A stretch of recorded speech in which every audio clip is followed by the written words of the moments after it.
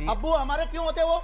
अरे सऊदी आपके अब्बू होंगे, हिंदुस्तान के मुसलमानों के अब्बू नहीं है वो, आपके अब्बू हो सकते हैं। ये मेरी डॉगी है ब्लैकी, कि उसके बयान की इज्जत इस कुत्ते के भौंकने से भी कम है। ये देखो, ये जो आज हिजाब पहन रखा है, ये जुल्फे लहरा रही हैं। शैतान, शैतान लानत हो तुम पे। देखो जो इंडिया के अंदर मुसलमानों को जिंदा रहने के लिए क्या क्या जतन करने पड़ते हैं, केले के पत्ते, फूलों को ले।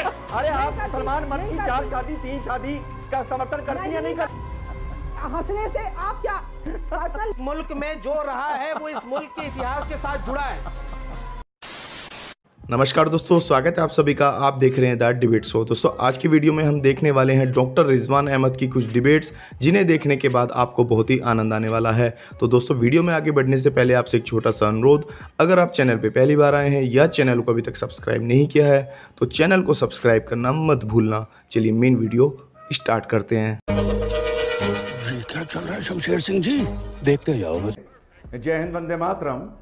अब तो ये जो है ना, जो इनके अब्बू हुआ करते थे, अब्बू से मतलब समझ रहे हैं आप, सन 70 सन 60 के बाद हिंदुस्तान में कोई ऐसी बड़ी मस्जिद नहीं बनी, कोई ऐसा इजारा नहीं बना, कोई ऐसा इस्लामिक फाउंडेशन नहीं बना, कोई ऐसा मरकज नहीं बना, कोई ऐसा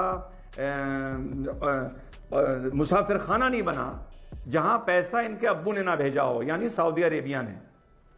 ये सब वहीं जाके ज़कात लेके आते हैं। आपके अब्बू कौन है? एक मौलाना 12-12 हज करता है। शब्द वापस लेने पड़ेंगे। और वो इतने बड़े तुम्हारे अब्बू हैं, और वो इतने बड़े अब्बू हैं कि तुम उनके इजाजत के बिना हज तक नहीं कर सकते अगर वो तुम्हें वीजा ना दें। इतने बड़े वो तुम्हारे अब्बू हैं। आई बात समझ में? उनकी ज़कात पर पले हो, उनकी ज़कात पर पले हो। अब्बू हमारे क्यों होते वो? अरे सऊदी आपके अब्बू होंगे, हिंदुस्तान के मुसलमानों के अब्बू नहीं है वो, आपके अब्बू हो सकते हैं वो रिजवान साहब। और आप जो हंसकर और ये बातें करते हैं ना, अब संजीदा ही नहीं है आप डिबेट में। पता नहीं आपको क्यों बुलाते हैं लोग। आपका नाम लिया? नहीं, आपका नाम लिया? नहीं तो मुसलमानों के कैसे के बाप हो सकते हैं वो? सऊदी अरब से हमारा क्या ताल्लुक है? हम हिंदुस्तान में रहते हैं, हिंदुस्तान के कानून को मानते हैं, देश के संविधान को मानते हैं। ये कौन होते हैं हमारे अब्बू बताने वाले? अब्बू इनके होंगे वो। आपका तो नाम नहीं लिया उन्होंने। आपका नाम लिया हाजी? मुसलमानों का नाम लिया, आपका नाम सारे मुसलमानों का नाम लिया। मस्जिदों में पैसे की बात बताई। अरे कोई पैसा सऊदी अरब से मुसलमान नहीं लेता यहाँ पे। हाजी मेहरुद्दीन आगे बढ़ने दीजिए, डिबेट मत स्पॉइल करिए। नहीं, बस शांत रहिए, मैं आपका नाम लूंगा तब आप बोलेंगे। बस आप शांत रहिए। हाजी मेहरुद्दीन बस हो गया शांत। मैं आपका नाम लूंगा तब बोलेंगे आप। जब मैं आपका नाम लूंगा तब बोलेंगे आप। अरे गलत सही मैं तय करूंगा, अपनी तय करेंगे, अपनी बात अपनी टर्न। यानी कि आप नहीं, आपको कोई नहीं बोलने देगा, फिर आपको कोई नहीं बोलने देगा। अरे आप कौन होते हैं तय करने वाले? ठेका ले रखा है क्या धर्म का? क्या ठेका ले रखा है क्या धर्म का? हमने ले रखा ठेका हमने। आपने धर्म का ठेका ले रखा है? ये कहां से टेंडर, ये टेंडर कहां निकला था? अब आगे सुनिए। कितना हिस्सा वहां जाता है? अरे इसको बंद करवाओ।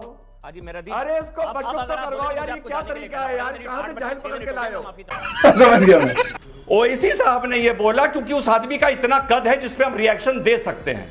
इस आदमी का इतनी औकात नहीं है, मैं किसी का नाम नहीं ले रहा, कि जिस पर हम रिएक्शन दें। ओवैसी साहब ने बोला प्राइवेट स्कूलों का सर्वे करो। ओवैसी साहब ने बोला आरएसएस के स्कूलों का सर्वे करो। वाह वाह वाह वाह।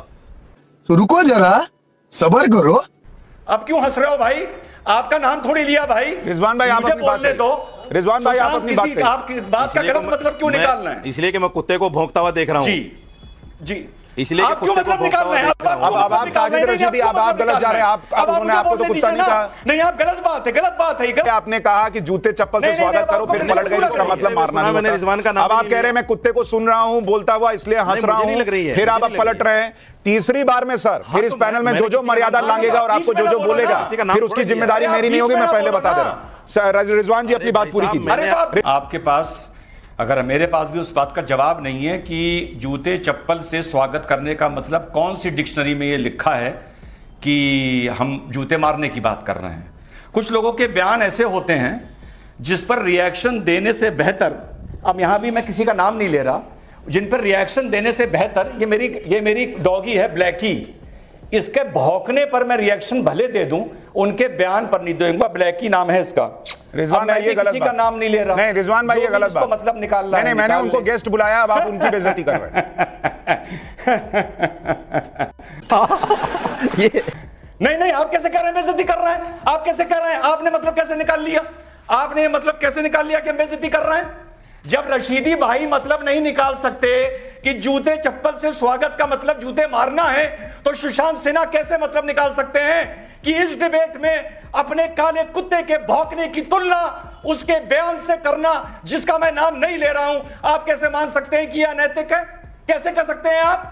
बिल्कुल नहीं कह सकते। पहली बात तो जिसका भी यह बयान है उसको मैंने दिखा दिया कि उसके बयान की इज्जत इस कुत्ते के भौंकने से भी कम है इस देश में। अब आए ना लाइन पे। मुझे एक बात अमन भाई समझ में नहीं आती, इतनी बेइज्जती और इतनी जिल्लत उठाने के बाद, इतना अकड़ना और बेबुनियादी बातें करने के बाद ये लोग हाई कोर्ट में मुंह की खाकर फिर से डिबेट में आ कैसे जाते हैं? या तो ये लोग बहुत बेहद बेशरम हैं, या इन लोगों को यही नहीं पता कि बेइज्जती होती क्या है। दूसरी बात, आपने बहन फलक की फोटो दिखाई बिना हिजाब के कराटे करते हुए। अरे शहजाद भाई, कभी कभी कराटे बिना हिजाब के करने पड़ते हैं, कोई बात नहीं। जरा ये देखिए फलक की पार्टी की फोटोआं, पार्टी की देखो शहजाद, पार्टी की देखो, ये देखो, ये देखो, ये जो आज हिजाब पहन रखा है ये जुल्फे लहरा रही हैं। ये देखो शहजाद, देखो भाई क्या बात करते हो? और आप क्या है? बात खत्म कर लूं? जी बिल्कुल बिल्कुल डॉक्टर, बात खत्म कर लूं? जोकर जी, यस जोकर, जी। करिए बात। अमन भाई, अमन भाई जी बोलिए सर। ये बहरूपिये हैं, ये नौटकबाज हैं, ये नाटकबाज हैं जो पार्टी में जाते हैं बिना हिजाब के और टीवी में आके बैठ के हिजाब पहनते हैं और मुसलमानों को भड़काती हैं ये लड़कियां। ये नाटकबाज हैं। कितने बार क्लियर करना चाहिए? कितने बार क्लियर करूं? समझ नहीं आता। दिमाग में खाना खाते हो, घास खाते हो क्या? बार बार कोई असल मुद्दे पे बात करो ना भाई। मैं बहुत बार जो बोल चुकी हूँ नेशनल मीडिया पे, मैं पहले हिजाब नहीं करती थी, अब करती हूँ। आप हंस रहे हो, रावण दिख रहे हो, आप जोकर दिख रहे हो, जोकर जोकर। मैं पहले नहीं पहनती थी, अब पहनती हूँ। मैंने कराटे नहीं छोड़ा, मैं आगे भी देश को रिप्रेजेंट करूंगी, देश के लिए जीतूंगी, पूरी कोशिश करूंगी जीतने के लिए। और बदतमीज आदमी, रावण रावण, बदतमीज, शैतान शैतान, लानत हो तुम पर। देखो जोकर हंसता है, जोकर की तरह पागल। देखिए एक मिनट, क्या बढ़िया था गुरु। देखिए अमीश भाई, मुझे आज आपकी एक बात समझ नहीं आ रही है, बुरा ना मानिएगा। मुझे लगता है जैसे आपके सीने में दिल ही नहीं है, आप बेदिल इंसान हैं। अरे साहब, 70 साल से एक आदमी कश्मीर का ढोल बजा रहा था, उसकी खा रहा था, उसकी पी रहा था, उसकी पहन रहा था। हमारे बेदिल प्रधानमंत्री ने और बेदिल हमारे गृह मंत्री ने 70 सेकंड में उस पर पानी फेर दिया, भूखा मार दिया, कपड़े उतार दिए, नंगा कर दिया। अब क्या वो बोलेंगे नहीं पाकिस्तानी? आपके सीने में दिल ही नहीं है? चीमा, मैं तुम्हारे साथ खड़ा हूं, हिंदुस्तान का मुसलमान, इस दुख की घड़ी में। तुम लोग नंगे हो गए हो, नंगे, और तुम्हारे लिए ये लेके आया हूं केले का पत्ता, और इसमें मैंने बना दिए छेद। अपने प्रधानमंत्री से कहो ये केले का पत्ता लपेटे और जाके यूनाइटेड नेशन के बाहर सीढ़ियों पर बैठे। ये हिंदुस्तान का मुसलमान का पैगाम है तुम्हारे लिए, और मैं तुम्हारे साथ खड़ा हूं आज, मैं तुम्हारे साथ हूं। क्या क्या जतन करनी पड़ती है इंडिया के अंदर जिंदा रहने के लिए?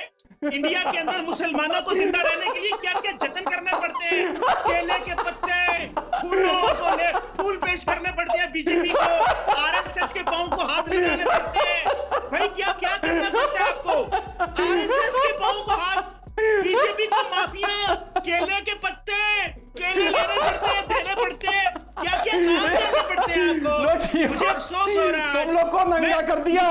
मैं नरेंद्र मोदी की खिलाफत करता हूँ। अरे ऐसे कोई किसी को नंगा करता है क्या? अरे ऐसे कोई किसी को नंगा करता है क्या? इमरान खान को केले के पत्ते देंगे, जाके आरएसएस के हाथ जोड़ देंगे, बीजेपी के पांव पड़ जाएंगे, तो हिंदू आएगा उसके सामने राम राम करेंगे। क्या क्या जतन करने पड़ते हैं मेरे मुसलमानों को? मुझे आपका खौफ नजर आ रहा है। इस खामोश, इस हंसी के पीछे एक खौफ है, उस खौफ को देख रही है दुनिया। वो कश्मीर के अंदर भी देखा जाए। मैं समझ रहा हूँ आपका, चीमा साहब आपका खौफ मैं समझ रहा हूँ। बैठ गए, इसको लपेटो। अरे अपने प्रधानमंत्री को दो ये केला केला केला, क्या करना पड़ता केले का पत्ता दो प्रधानमंत्री को।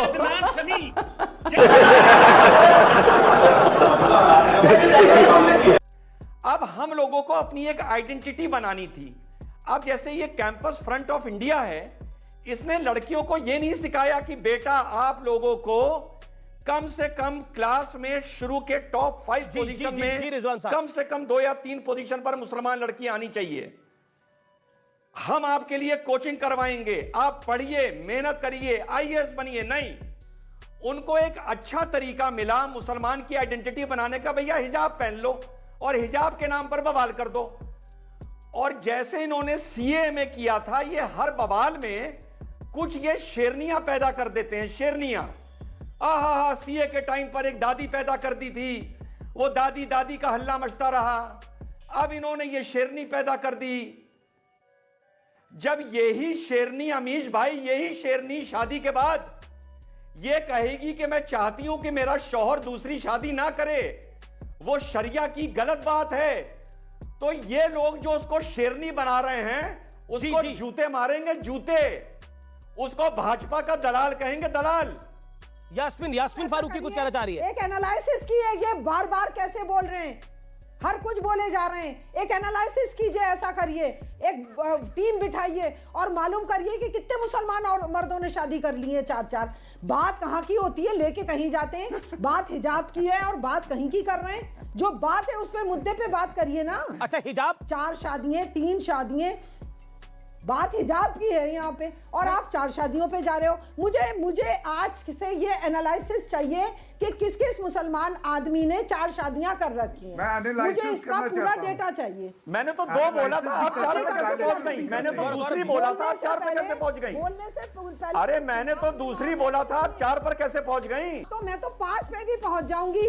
जाइए, आइए, ऐसा करिए, मेरे यहाँ राजस्थान में आइए, मैं आपको बांसवाड़ा लेके चलती हूँ और तब आपको पता चलेगा कि एक एक आदमी के 6-6 बीवियां हैं। आइए बात करते हैं, जब पूरा दुनिया भर की आप, पर उसके लिए कानून है।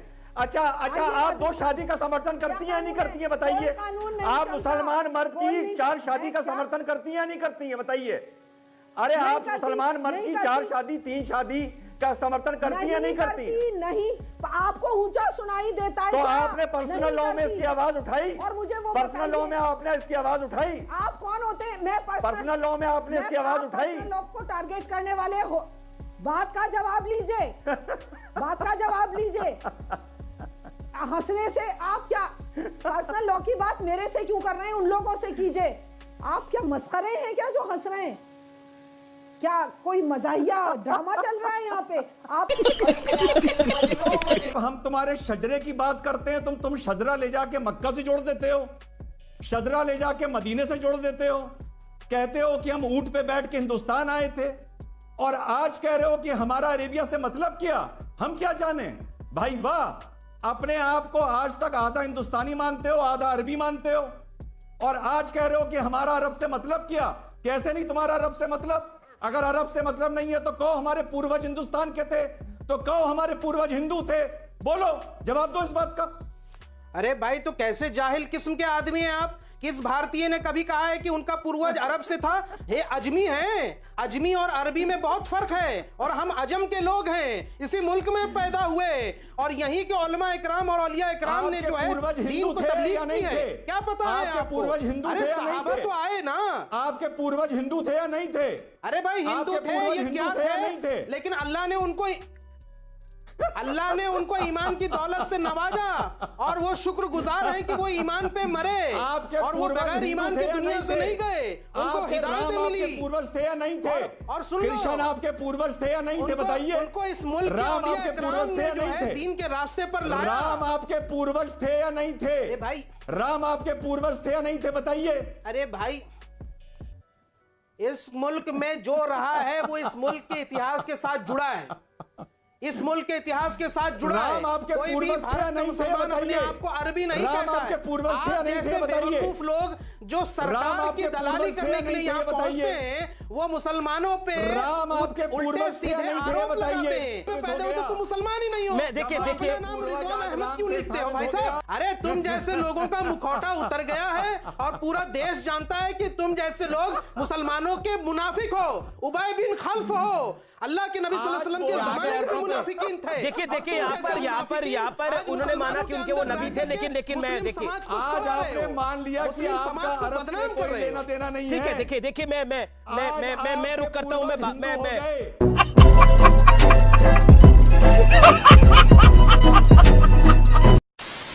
दोस्तों अगर आपने वीडियो अंत तक देखी है तो उम्मीद है आपको वीडियो पसंद आई होगी। डॉक्टर रिजवान अहमद की हंसी के बारे में आपकी क्या राय है, कमेंट्स करके जरूर बताना। वीडियो को अंत तक देखने के लिए आपका बहुत बहुत धन्यवाद। मिलते हैं बहुत जल्द अगली वीडियो में, तब तक के लिए जय हिंद, वंदे मातरम।